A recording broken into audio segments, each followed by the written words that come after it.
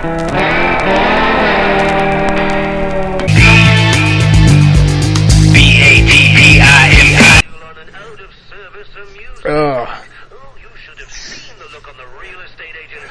Batman Arkham Origins here.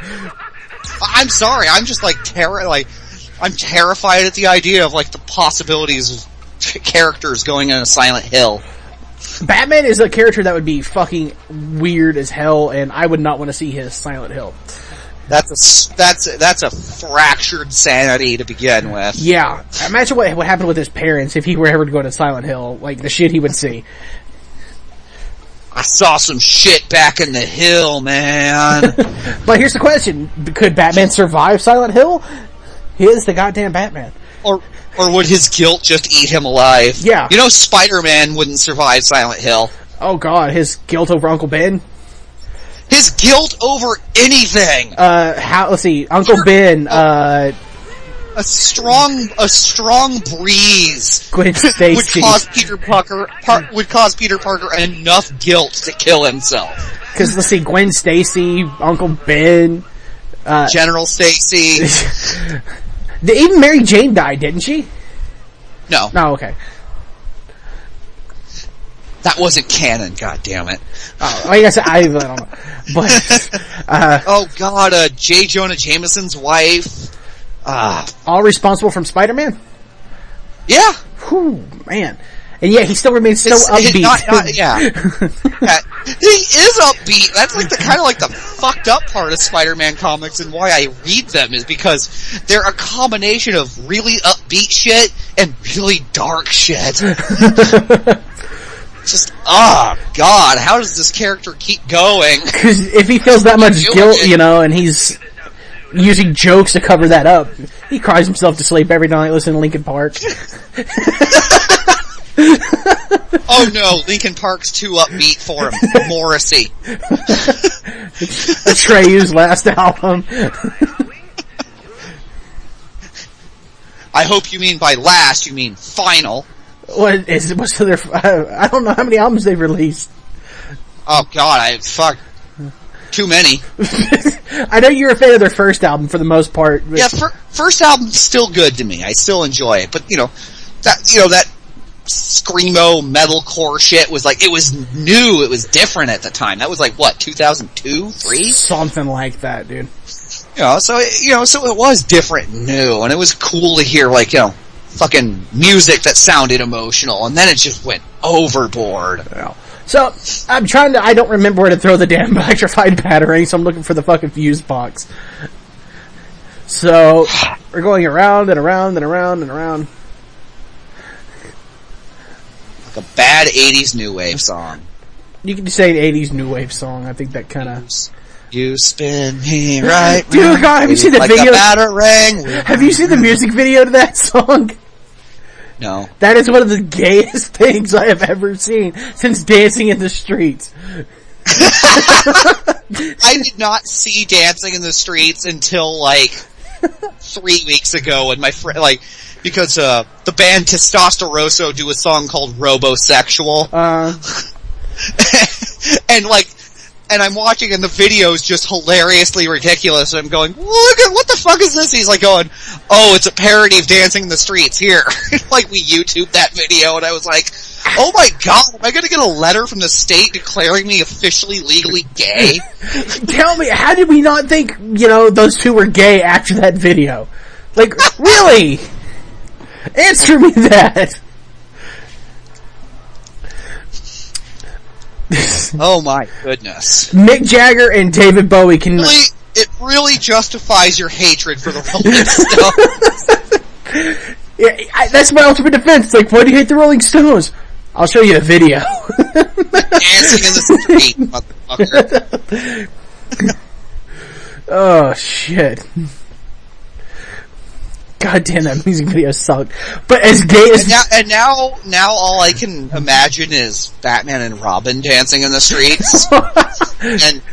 and I don't think I'm ever gonna sleep again. Okay, but as gay as that video... Freddy Krueger could enter my dreams and be like, I'm gonna...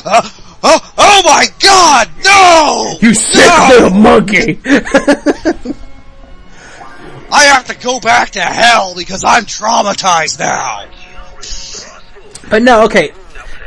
Now, Spin You Right Round or whatever the song is actually called, I don't know. Yeah. As gay as that was, Spin You Right Round is almost as gay as that video. The lead singer, the singer looks gayer than that video. Oh my goodness. Oh my. That's the appropriate time for oh my. Oh my. George Takei's like, whoa, no, too gay. Oh my. Oh. Oh no, I have to reconsider my life now. Shooting gallery. Yes, with the Batarang. Yeah, that's right, because Batman waving guns, because he sucks.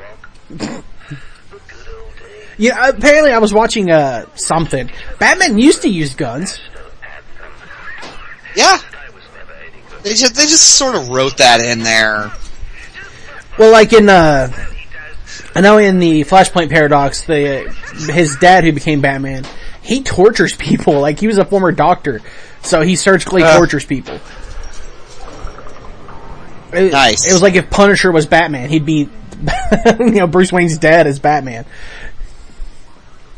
You know, like when DC and Marvel did the DC versus Marvel thing, and they did the Amalgam comics, which were a series of one-shots based around what happened if the two universes were merged. And they had Darkclaw. Which was Batman and Wolverine, right? Yeah.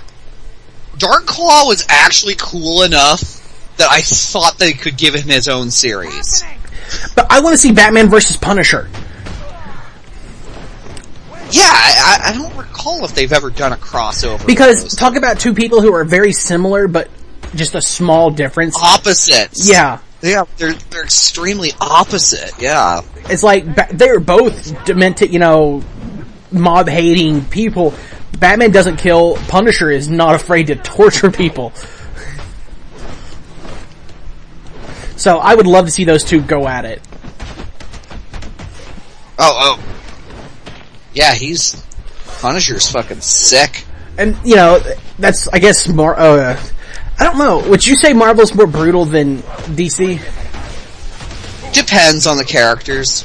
I know in the 90s, in the late 80s, early 90s, that definitely went to DC. Wow, really? DC got really dark and violent in that era. Especially since two of their biggest heroes don't kill people. That's... Yeah. But their villains do, so, I mean, that's still room for plenty of fucked up stuff. Batman Punisher, Lake of Fire, 1994. So they have gone at it. So there's at least one crossover. Okay. Batman and the Spirit. Oh my. I have not, the only thing I know about the Spirit is that horrible fucking movie. That wonderfully horrible movie. Swinging DDT. Let me see, yes. Who has a great swinging DDT? Fuck, I'm all out. It's either Chavo or Masato Tanaka. That's it. Everybody else sucks. Who really uses a tornado DDT, though? Anymore? Yeah. Not really. There's not enough DDTs, period, anymore. Okay, dude. Still one of my favorite moves ever. I love that story from Necro Butcher. What's that? When, it was one of the Cage of Death matches, and, Justice Payne didn't like him. But Justice Payne's an asshole, so there's no surprise there. Right. And so he went to pick him up for the Pain Thriller, and instead of suplexing him down, he just, walked over to the ropes and dumped him outside onto his head. Ugh. So, Butcher got really fucking angry about that, and you can actually watch it. They did not edit it out of the video or anything because it's CZW. Right. You just see Justice Payne is taunting the fans in the corner, and he turns around, and Necro Butcher is legitimately punching the fuck out of him, and Like, he's all covering up, trying to protect himself, and Butcher's stomping on him, and Zandig goes over to try to stop him, and he's like, fuck off, I'm gonna kill this bastard! And Zandig just grabs him and gives him a DDT, and he said the only reason he didn't do it, he's like, fuck, it's Jake Roberts' finisher, I have to sell for it! I want to kill that son of a bitch, but I gotta sell Jake's DDT! They're forcing them. That's awesome. So he's like saying, like if he had hit him with any other move, no sell, huh? he would have just gotten up and kicked his ass some more. But because it's the infamous DDT of Jake Roberts, you have to sell it. So who, we can always say Jake Roberts saved somebody's life. See, do crack, kids. It can help you save lives. Yeah, do crack and cheat on your wife at every chance you get. And then somebody will not kill somebody else. I know there's a great takedown where you can jump out of the grate and DDT somebody. It's a great takedown. Yeah. I was getting tongue twisted over that. All right, there, Nightshade. Yeah, that's right. I'm pulling out really obscure video game references now. Oh, shit. Is Nightshade the one I'm thinking of from the Sega CD? No. Oh, okay. And it's, DDT. Or maybe that's a swinging... DDT. That might be a swinging diamond cutter, dude. Bang? I don't know which one I would actually prefer. DDT. Yeah, because that... I mean, Diamond Cutter's still one of my favorite finishers, but... That reminds me too much of Orton nowadays. Yeah, he really has wiped his ass with that move, hasn't he? Yeah. I really hate his temper tantrum bullshit again. Like, that's my... We really need to play a fucking wrestling game, dude. Jesus Christ. Well, you know what? You know what'll happen? You'll start playing a wrestling game, and then I'll just start talking about Batman. Probably. Okay, so I recently got my hands on the WWE All-Stars game, which is like an over-the-top arcade, non-simulation game. I've seen All-Stars. It looks kind of fun. It's awesome fun. It's like an old-school arcade game, and I'm thinking about doing it. It does have a couple of story modes that I can work with. So, it might just be fun just to play a little bit of it either way, even if we don't really do a major story mode. I heard that they were redoing, doing the old 92, WrestleFest arcade. You remember that one? It's WWF WrestleFest? I'm not sure. I don't... It had Hogan and the Ultimate Warrior and Mr. Perfect and Earthquake and... God, it sounds familiar. That name sounds... I don't know if I actually played it, though. Oh, it was so much fun, but I heard that they were redoing it, and I don't know if they were keeping the original roster, but I heard that they were going to put, the new roster in. And be like, oh man, that sounds like some stupid nostalgic fun. Yeah, I mean, that's one of the reasons I like, All-Stars, is that it reminds me of, the original SmackDown a bit. Where you, just fast-paced, fun. I don't know how else to say it. Fun! Remember when video games were fun, everybody? Jesus fucking Christ. It wouldn't try to be a simulation like the WWE games have turned into. Oh god, it wouldn't, all video games, they either want to be a simulation or something, or they're so fucking obsessed with the environment. Yeah. It's like, oh, we need to immerse the player in this world. Yeah, do you know how you immerse a player in a world? Get them interested in playing it! Yeah, they have to actually want to play the game to get immersed into the game.